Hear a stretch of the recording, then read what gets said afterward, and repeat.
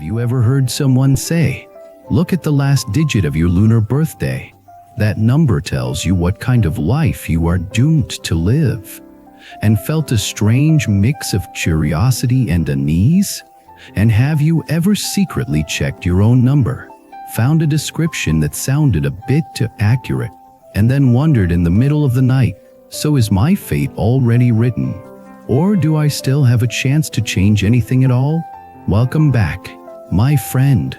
Thank you for clicking into another long, honest, heart minus to minus heart conversation.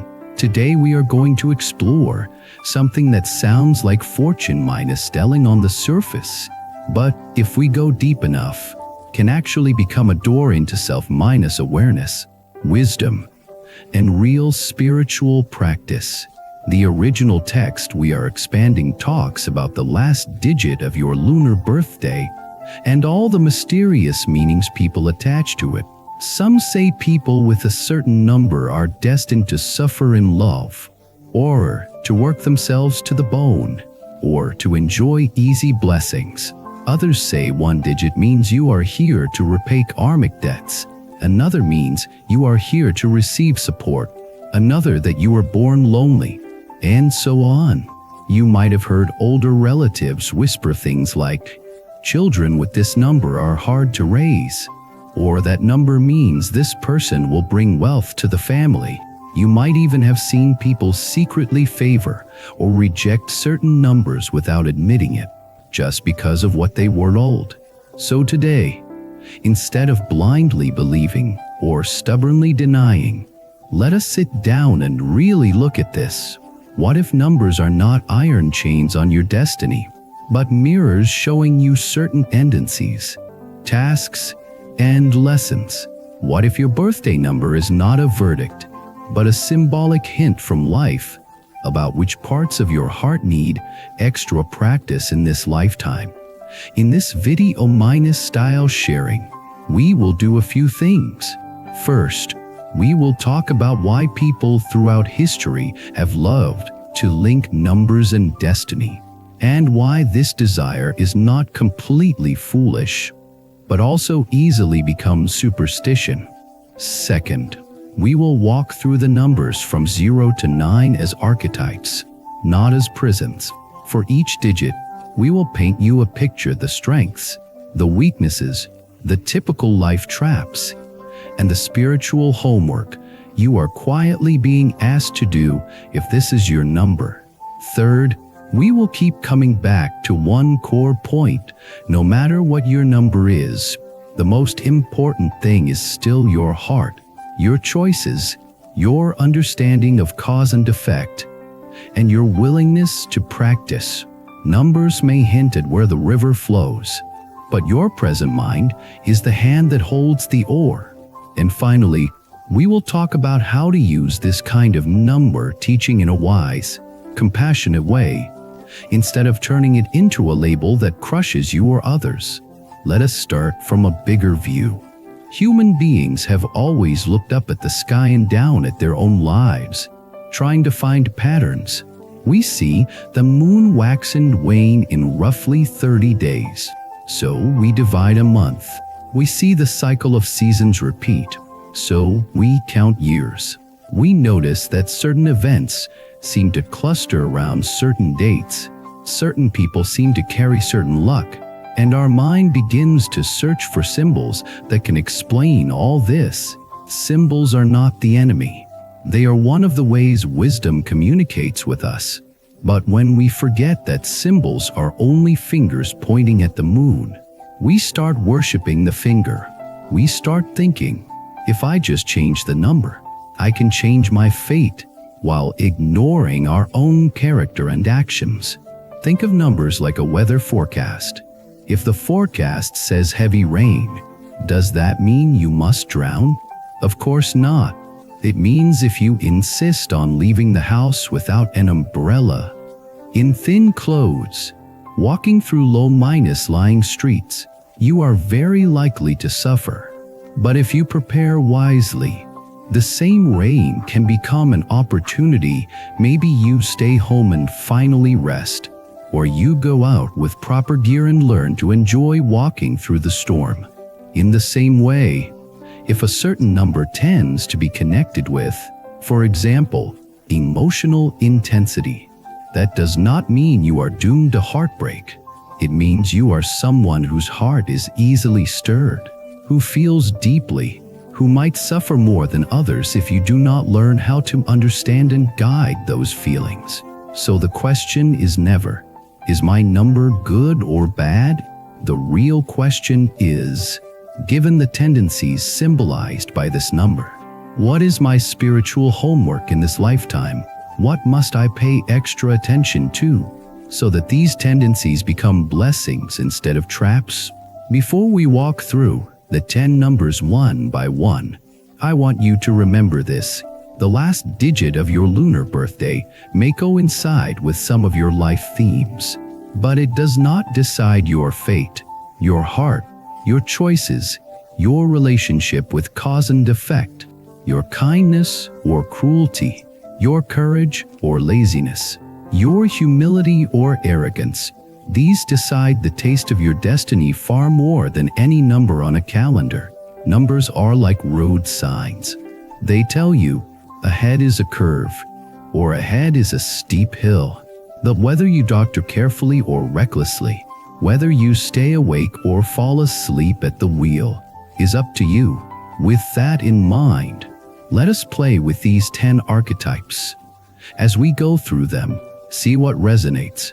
If your number appears, listen more carefully, not to get scared, but to feel seen and invited to grow. We will speak as if each last digit is your main number. But remember, you are more than a number. Your family background, your education, your accumulated karma, your daily practice, all of these weave together. Let us begin with the mysterious zero. Imagine someone whose last lunar birthday digit is 0. Zero looks like nothing and everything at once.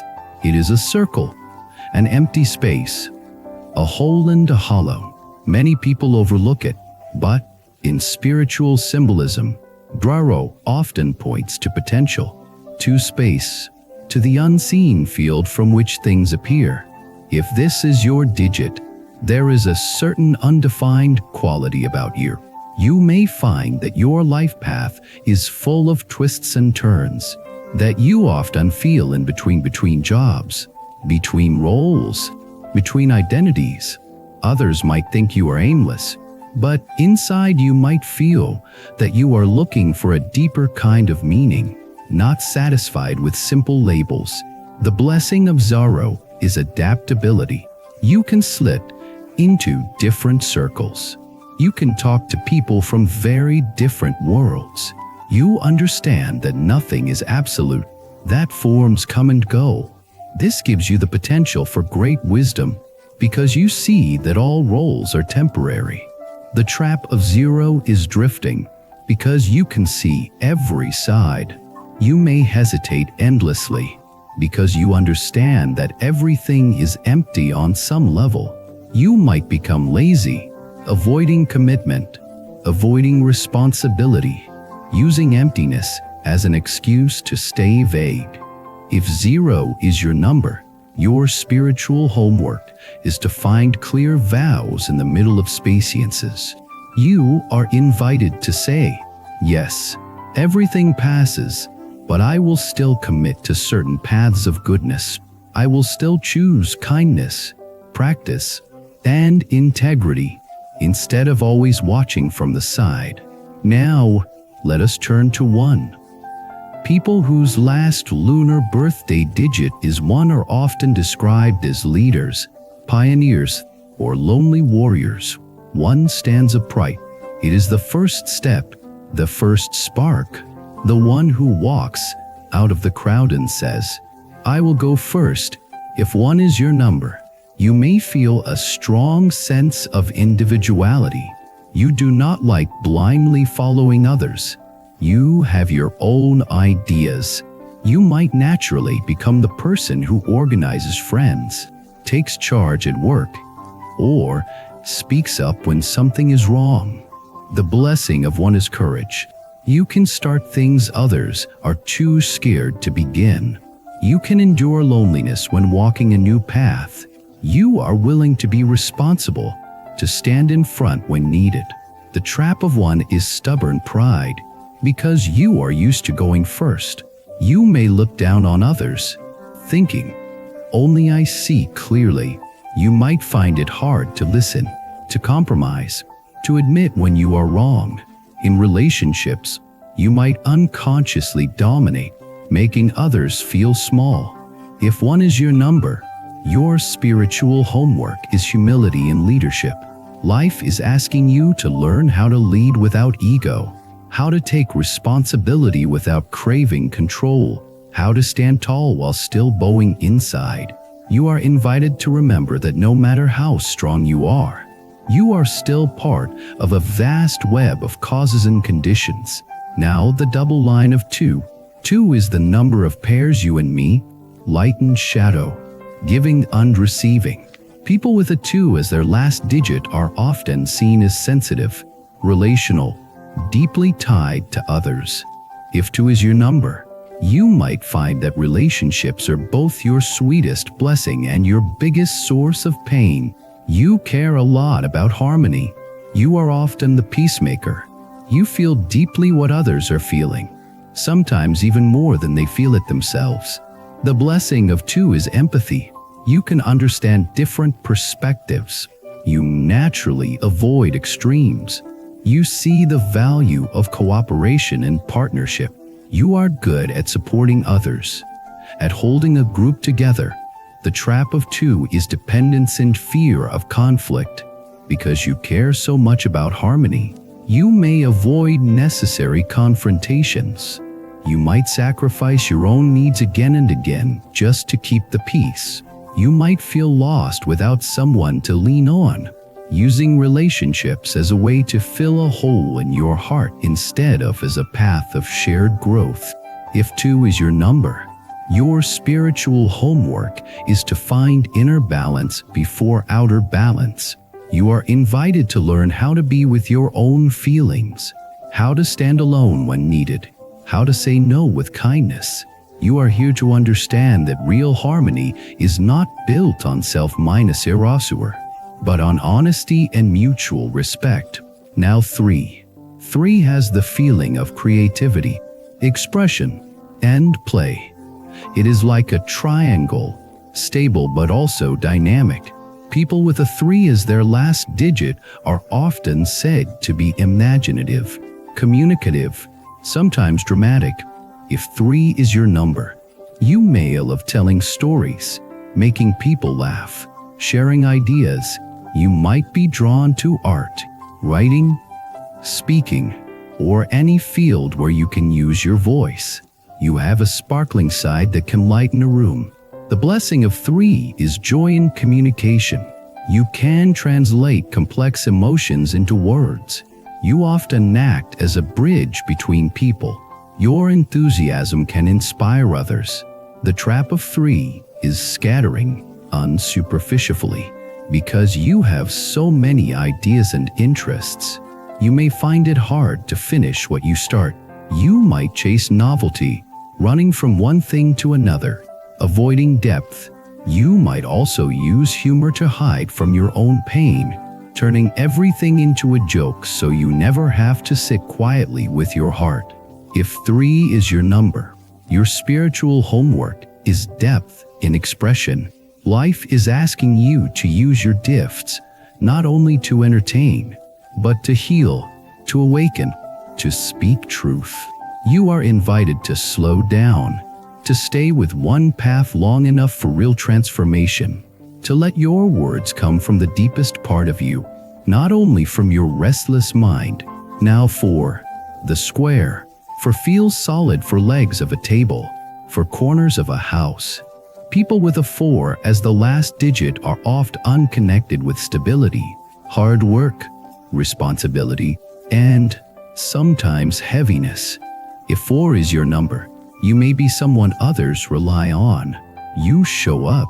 You do what needs to be done. You do not like to cut corners. You care about order, structure, and safety.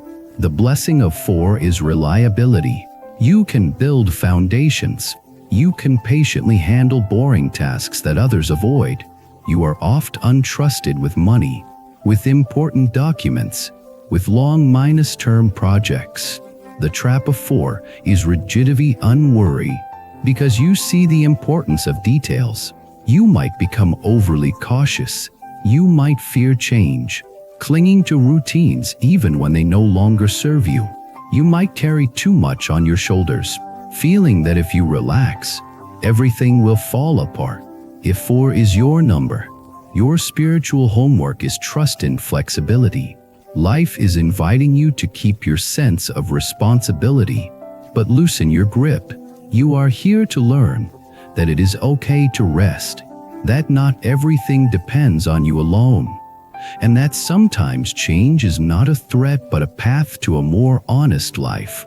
Now 5, the restless traveler. 5 often symbolizes movement, change, adventure, curiosity. People with a 5 as their last digit are frequently described as freedom-loving, easily bored, drawn to variety. If 5 is your number, you might have a strong urge to explore new places, new people, new ideas, new experiences. You may dislike feeling trapped. Routine can feel like a cage to you. The blessing of 5 is openness and adaptability. You can adjust quickly to new situations. You are often the first to sense when something fresh is needed. You are courageous in trying paths others fear. The trap of 5 is scattering on addiction to stimulation. Because you crave change, you might never commit to anything long enough to grow roots. You might jump from job to job, relationship to relationship, project to project, always excited at the beginning, discouraged in the middle, and gone by the time growth was about to happen. If 5 is your number, your spiritual homework is disciplined freedom. Life is asking you to learn how to move without running away, how to seek variety without escaping responsibility, how to use your curiosity to deepen your practice instead of chasing endless distraction. Now 6, the nurturer. 6 feels like home, like family, like warm hands. People with a 6 as their last digit are often associated with care, love, responsibility toward family or community. If 6 is your number, you might naturally take care of others' siblings, parents, children, colleagues. People may come to you with their problems, knowing you will listen. You feel happiest when those around you are safe and connected. The blessing of 6 is love in action. You can create a sense of belonging wherever you go. You often act like a gentle anchor in your circle, baking, cooking, calling, organizing, quietly holding everything together. The trap of 6 is sacrifice and control. Because you care so deeply, you might take too much on, ignoring your own needs until you are exhausted. You might unconsciously use care as a way to control others. I do so much for you, so you must live the way I want. You might also feel guilty whenever you choose yourself. If 6 is your number, your spiritual homework is wise caring. Life is inviting you to practice compassion with boundaries, to understand that your well-being matters too, to give without tying strings, and to let others walk their own path even when you worry. Now 7, the seeker. 7 feels like depth, introspection, spiritual searching. People with a 7 as their last lunar birthday digit are often drawn to philosophy, inner exploration, questions about meaning. If 7 is your number, you may feel different from those around you. Small talk bores you. You want to know why we are here, what truth is, what lies beyond appearances. You might be quiet on the outside but full of inner storms and questions. The blessing of 7 is depth and insight. You can see beneath the surface. You may have natural intuition. You sense hidden connections and are often drawn to meditation, contemplation, or study. The trap of 7 is isolation and overthinking. Because your attention is so often turned inward, you may feel lonely or misunderstood. You might retreat too much, living in your head instead of in your body and relationships. You might analyze your feelings endlessly without actually changing your behavior. If 7 is your number, your spiritual homework is grounded wisdom. Life is asking you to bring your insights down into daily action, to communicate what you see in a way others can understand, to balance solitude with community. You are invited to remember that spirituality is not an escape from life, but a way of embracing life fully. Now 8, the powerhouse. 8, when written horizontally, looks like infinity. Upright, it can resemble to circles stacked, symbolizing material and spiritual worlds interacting. People with an 8 as the last digit are often unlinked with ambition, power, success, but also with karmic tests involving wealth and authority. If 8 is your number, you may feel a strong drive to achieve. You like setting goals and reaching them. You are not easily satisfied with mediocrity. You may have a talent for managing resources, planning, and influencing others. The blessing of 8 is capacity and impact. You can handle big responsibilities. You can build systems, companies, projects. You can generate wealth, create jobs, organize movements. The trap of 8 is greed and misuse of power. Because you are capable, you might become obsessed with status, control, and external success. You might treat people as tools.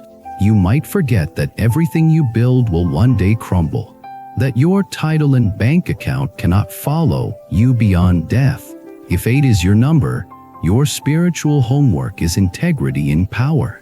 Life is inviting you to remember that every bit of power you hold is a test. Will you use it to serve only yourself or to benefit others? You are here to learn that real success includes inner peace and ethical clarity, not just outer achievements. Finally, 9. The old soul.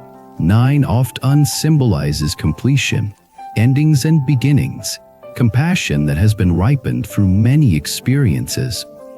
People with a 9 as the last digit are frequently seen as wise, empathetic, sometimes carrying heavy karmic themes. If 9 is your number, you might feel like you have already been through several lifetimes in this one. You may experience intense challenges early in life, family conflict, loss, illness, or other deep trials. These experiences carve a path in your heart toward compassion for others. The blessing of 9 is mature love. You can understand suffering because you have tasted it.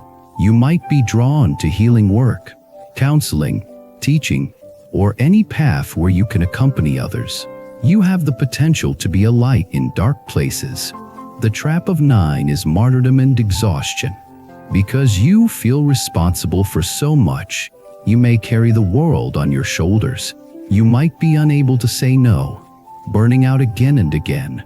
You might also get stuck in your own pain stories, constantly repeating how much you have suffered, instead of letting those experiences transform into strength.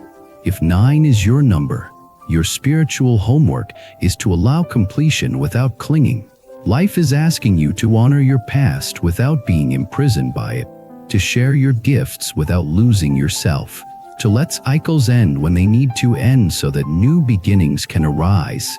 We have walked through 10 archetypes, but I want to pause and ask you, how do you feel right now? Maybe when your number was described, you felt strangely seen. You thought, yes, that sounds a lot like me. Maybe you felt defensive, thinking, not everything is like that. Maybe you felt sad, because some parts hit your deepest wounds. Whatever you feel, let it be there.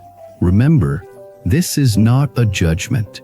It is a mirror held up gently to your tendencies. Some mirrors make us smile. Some make us uncomfortable. But only when we see clearly can we begin to practice wisely. Let us now connect this with deeper spiritual principles. In the teachings on cause and effect, nothing in your life is random. Every talent, every difficulty, every tendency is the ripening of countless past seeds. If you are naturally brave, that is not only because of genetics. Somewhere in your continuum, you have cultivated courage. If you are naturally sensitive and easily hurt, that too has roots in past experiences and choices. Your birthday, including its last digit, is one expression of these complex karmic patterns. It is like the time stamp on a photograph.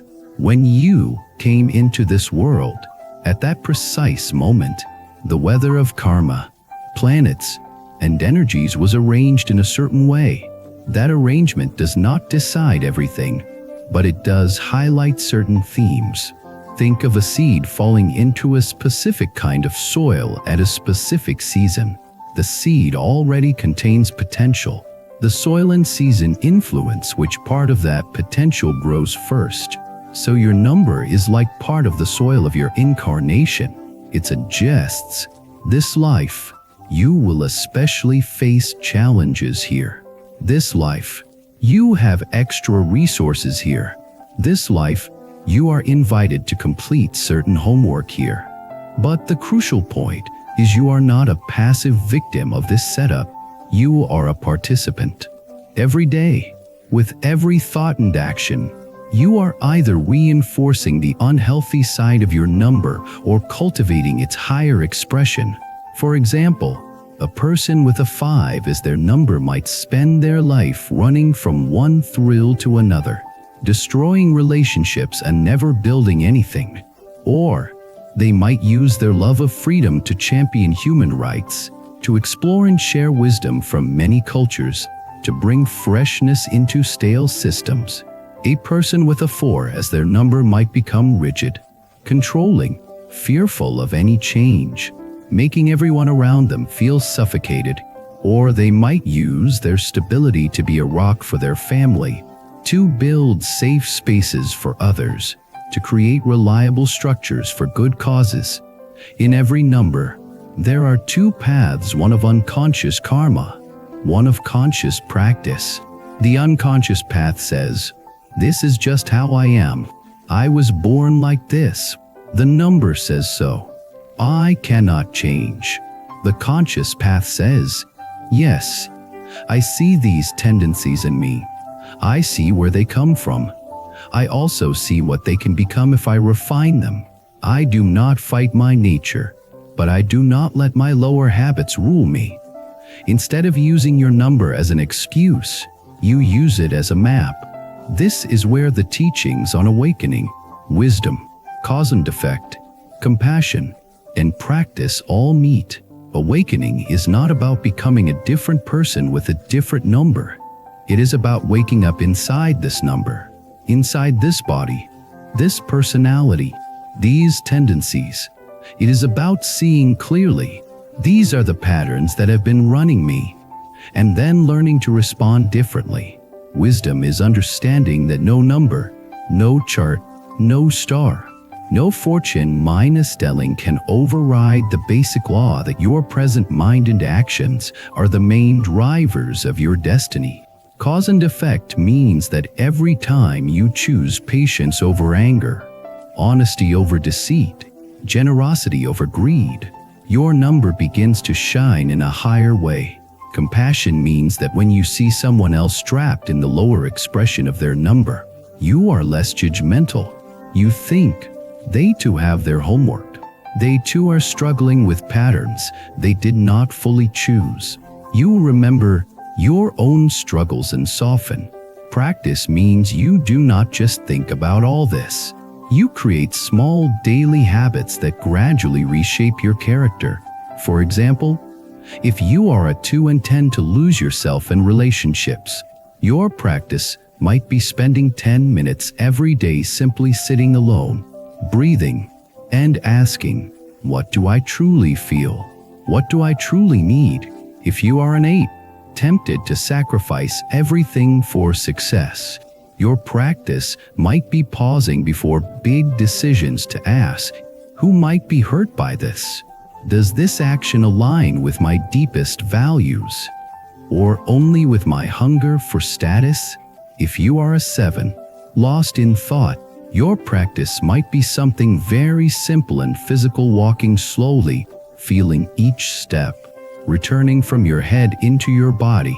If you are a 6, always taking care of others, your practice might be to learn one new way each week to say no without guilt. In other words, your number can guide you in choosing practices that address your specific karmic knots. Let us also talk about how to use these teachings without falling into two common mistakes: fatalism and discrimination. Fatalism is when you hear a description like people with this number often struggle in love and instantly conclude, so I will definitely be unhappy in relationships. Why even try? But any honest teacher of destiny studies will tell you such statements are tendencies, not laws. They point to typical patterns found in many charts, but they do not lock any individual life. The moment you start practicing awareness, communication skills, self minus love, and wisdom, those patterns change. Discrimination is when people use numbers to label and judge. Parents might say, children with this number are bad luck, and treat them harshly. Employers might secretly prefer certain dates. People might refuse potential partners because of one digit, ignoring the person's character. This is both unkind and foolish. A gentle person with a difficult number is far better company than a selfish person with a lucky one. Numbers can hint. They cannot tell you if someone will be honest, loyal, brave, or kind.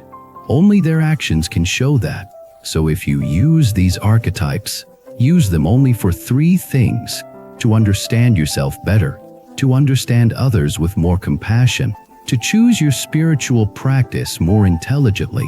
Never use them to crush hope or justify cruelty. Before we move toward our closing reflection, I want to share with you a few small, composite stories of people who transformed their number destiny through practice. There was a man with a last digit of 1, known for his pride. Early in his life, he ruined a business partnership because he refused to listen to advice.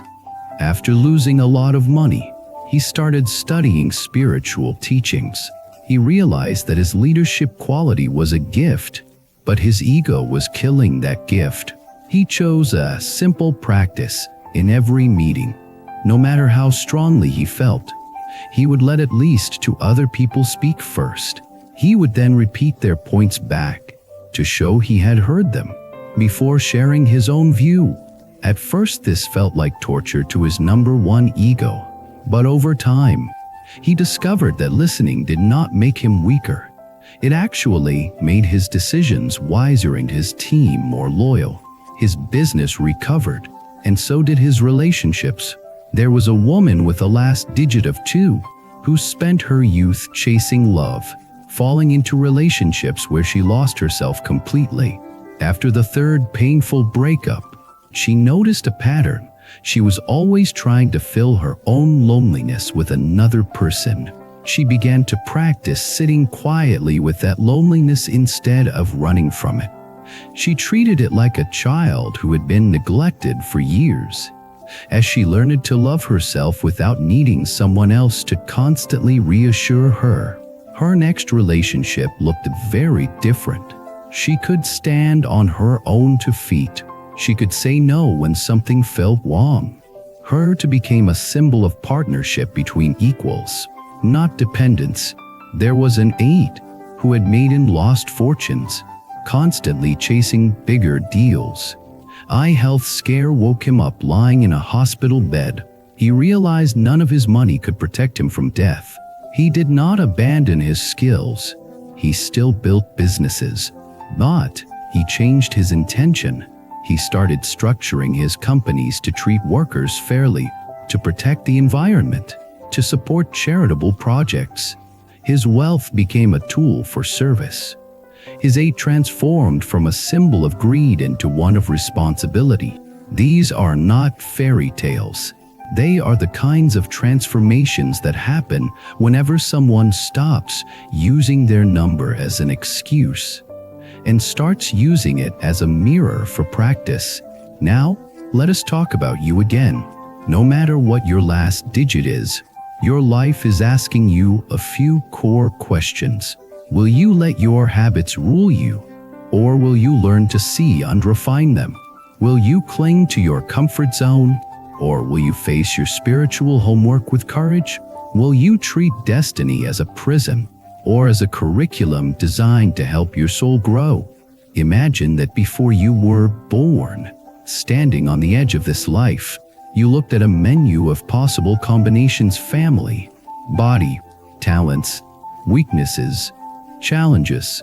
You saw one combination that would press all your buttons, expose all your karmic knots, but also give you the best chance to wake up if you practiced. You smiled and said, "I will take that one." Maybe part of that combination included being born on a day whose last lunar digit carries certain themes. Not because the universe wanted to punish you, but because your deeper self knew, this is the kind of life that will push me to grow in this and that way. If you look at your number from this angle, the feeling changes. It is no longer, "Why am I so unlucky?" but "Ah, so this is where my main training ground is." You might still feel tired sometimes. Training is exhausting. But you know that running away from the gym of destiny will not make you stronger. Only showing up again and again will.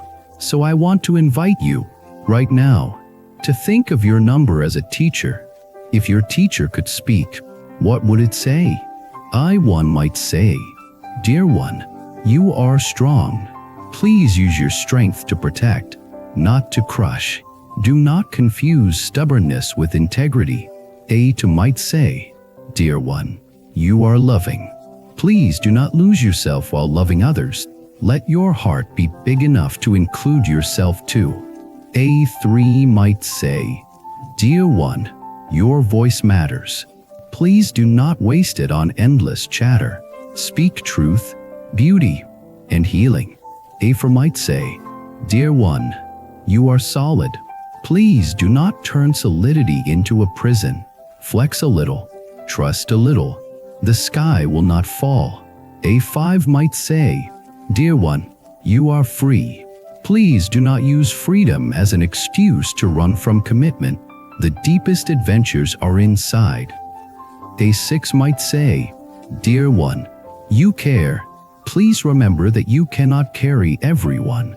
Let others learn, even if it means they stumble." A7 might say, "Dear one, you see deeply. Please do not drown in your thoughts. Come back to your body, your breath, this moment."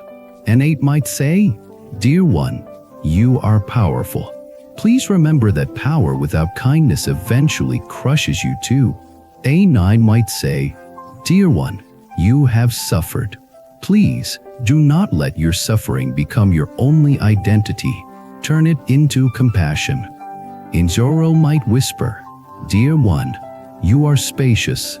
Please do not use that as an excuse to float forever. Choose something worth giving yourself to." As we come to the end of this long sharing, I also want to remind you of something very important beyond all numbers, beyond all charts and symbols. There is a part of you that is not defined by any digit. Call it awareness, call it original nature, call it pure mind. That part simply watches. It watched your birth. It will watch your death. It watches your joys and sorrows rising and falling like waves. When you rest there, even for a moment, every label falls away. You are not a 7 or an 8. You are not lucky or unlucky. You are the space in which all these experiences unfold. From that space, when you come back into the play of numbers and roles, you can claim or lightly. You can do your homework without being crushed by it. You can take your karmic patterns seriously without taking them personally. So the next time someone insists your last lunar digit means you are doomed to such and such, smile. You can listen with curiosity. See if any part rings true. Use it as material for self-reflection. But do not hand your power over. Remember, numbers can only write the outline. You, with your heart, with your choices, with your practice, write the story. If this sharing has resonated with you, I would truly love to hear from you. What is the last digit of your lunar birthday? If you know it, do any of the descriptions today feel uncannily accurate? Have you ever used "this is just how I am" as an excuse? And are you ready now to see that as your homework instead of your destiny? If you feel comfortable, share your reflections and stories in the comments. Your experience might be the mirror someone else needs. If you would like more long-form, gentle but deep conversations about awakening, wisdom, cause and effect, compassion, practice, destiny, and all the mysterious ways life speaks to us, please support this channel. You can subscribe, like this video, and leave a comment to let me know you are walking this path too. You can share this with a friend who loves both spiritual teachings and faith topics, especially someone who feels trapped by their called unlucky number. Then if you feel drawn to go even deeper with us, you can also consider supporting as a member, so that we can continue creating content that respects your intelligence and your heart, not just your attention span. Thank you for staying with me until the end of this 5th article. May you see your number clearly, without fear. May you do your homework bravely, without self-hatred. May you remember, again and again, that beyond all digits, you are more vast, more luminous, and more free than any chart could ever describe. There are moments when you see something, and your heart simply whispers, "This one is meant for me." Bracelet carries more than beads. It carries intention, protection, and quiet strength. Something to guide your thoughts and keep your spirit steady. If you felt that gentle pull toward any of the bracelets shown, the purchase link is waiting in the description, and the full collection is displayed on our channel store. Follow your intuition. It rarely leads you wrong.